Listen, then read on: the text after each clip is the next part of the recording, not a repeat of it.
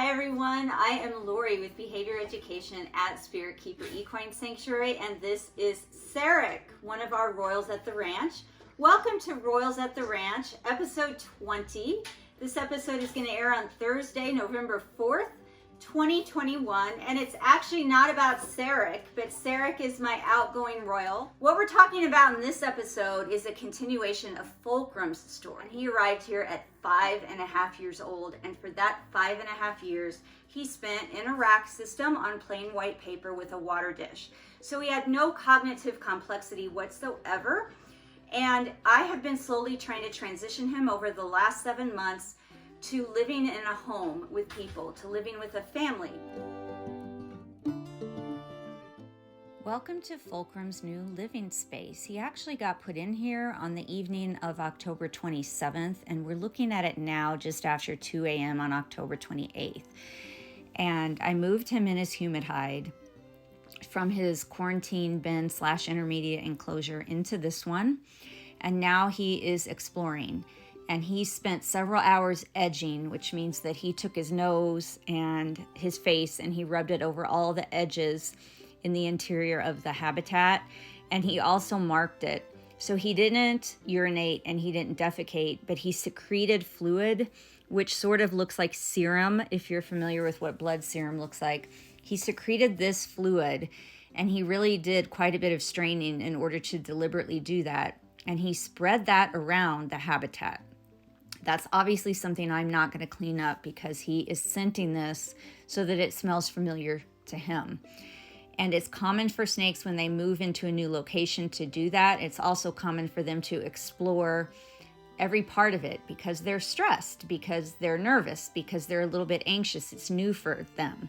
But after a few hours, his exploration slowed down and he started to move in a more comfortable and relaxed fashion.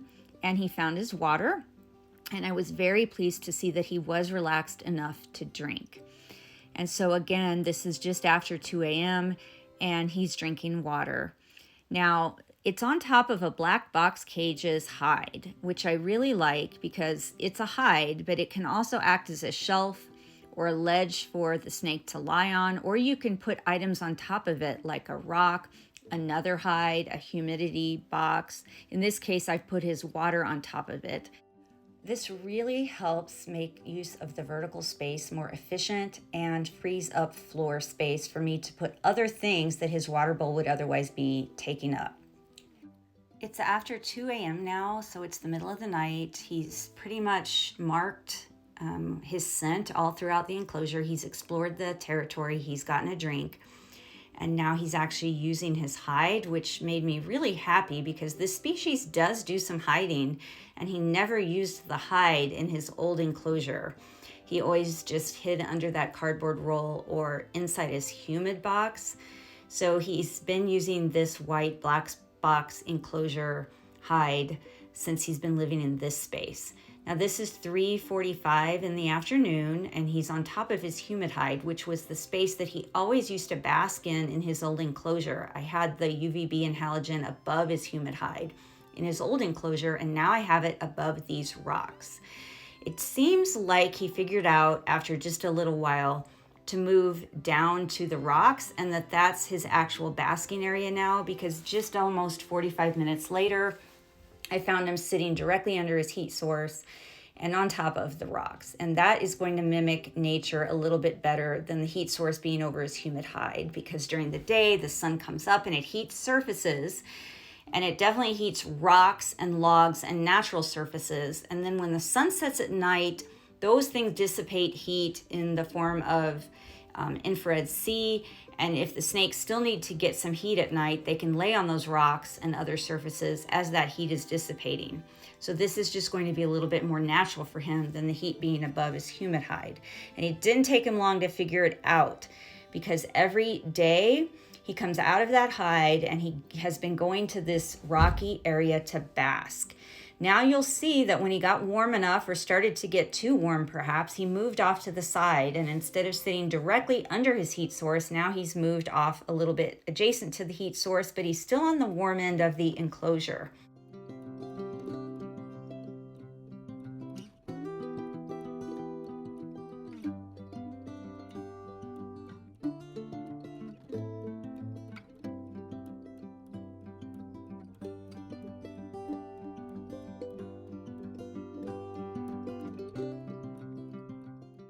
Now it's the middle of the night. It's almost 3 a.m. or just a few hours before dawn. I have a heat mat on the outside of that enclosure wall on the end, so that if his rocks have gotten cold and he needs to warm up during the night, he can still get next to that wall and get some infrared C radiation in the form of some heat.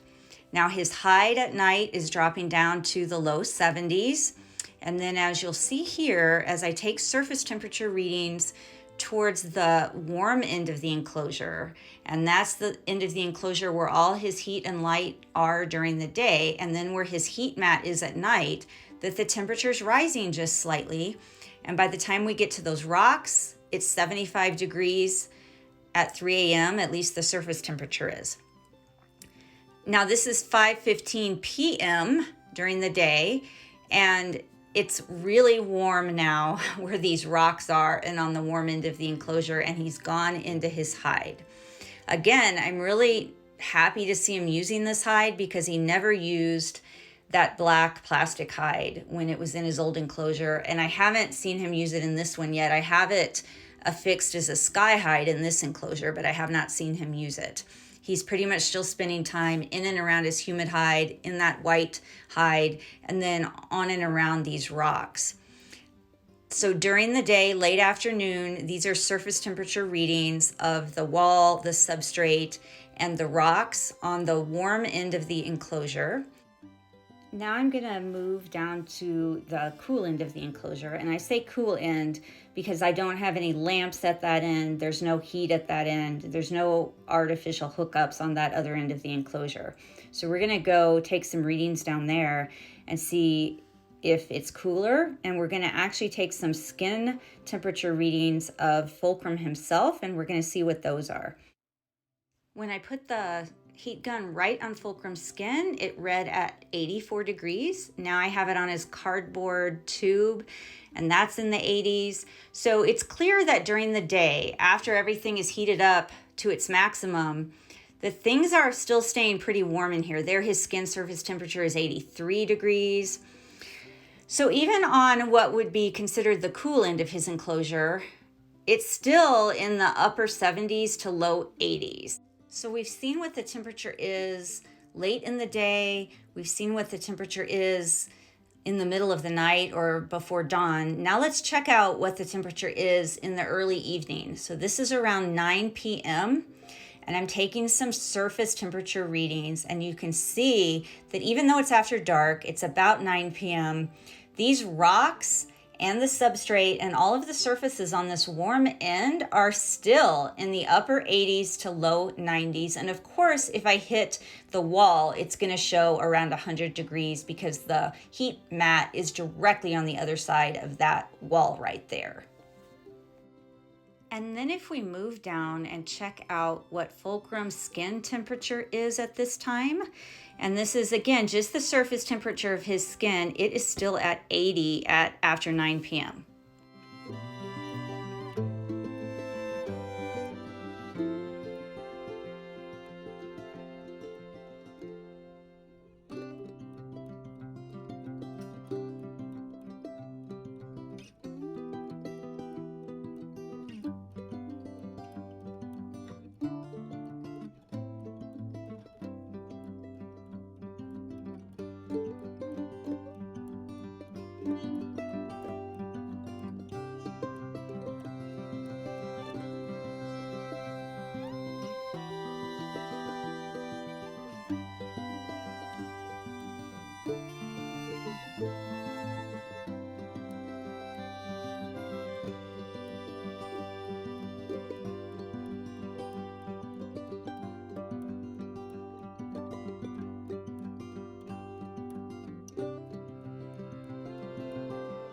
Now back to Fulcrum. So he's been here 7 months and he's been in this enclosure for about a week. How's he actually doing?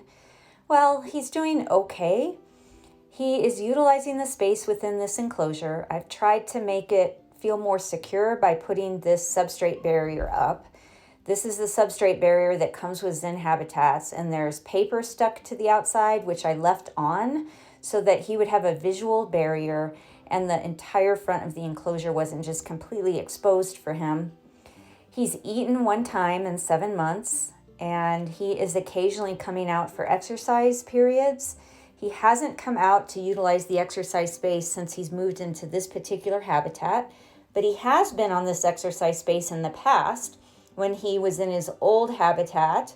So he is already familiar with this area, and I'm sure once he's more comfortable and once he's feeling safe and secure and more settled in, that it will be very convenient for him to use the exercise space since it's right above his enclosure now. I think that this has been a tremendous distress for him to move from the environment that he used to live in to living in a home with a family, and that he needs more time to settle in, more time to realize what's happening and mentally adapt to this new living circumstance that he finds himself in. I think he's not ready to engage like the other snakes here because he had too much history in a deprived environment, and he's cognitively not as developed as some of the other snakes who arrived here very, very young and were exposed to environmental complexity at a very, very early age.